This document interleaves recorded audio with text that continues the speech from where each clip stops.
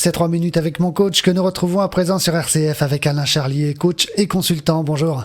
Bonjour Guillaume et bonjour à vous tous qui nous écoutez. Aujourd'hui, Alain, vous nous parlez d'un nouveau type de personnalité, le travaillomane. Alors de quoi s'agit-il ? La visite des types de personnalités du modèle Process Communication développé par le Dr Taïbi Kaler, psychologue et psychiatre américain, nous entraîne à rencontrer aujourd'hui le type travaillomane. Vous devinez à l'oreille que ces personnes sont des travailleurs acharnés.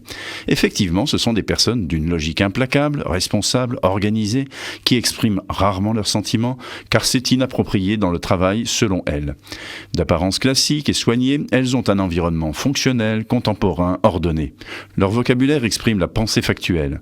Mesure, analyse, planification, méthode, fait, concret, logique, information, précis. Alors quels sont leurs besoins psychologiques ?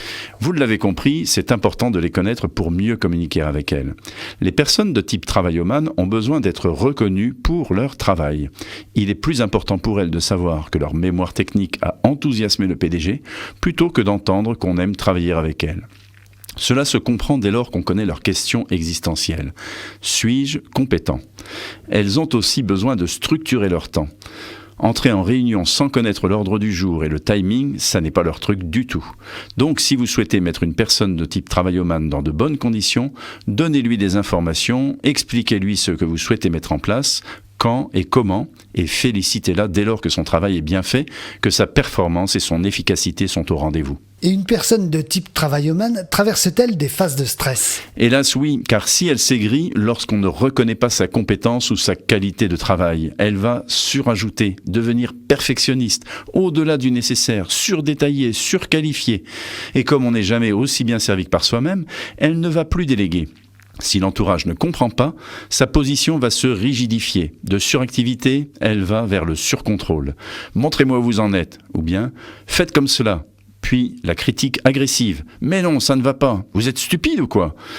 L'entourage peut subir et finalement vivre sa frustration dans une opposition sourde. Puisque c'est comme ça, faites-le vous-même.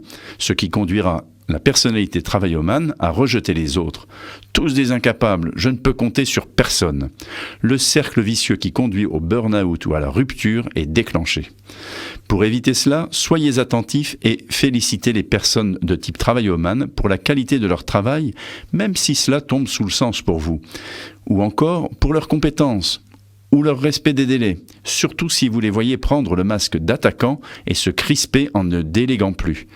La phrase du jour est de Gandhi. Chacun a raison de son propre point de vue, mais il n'est pas impossible que tout le monde ait tort.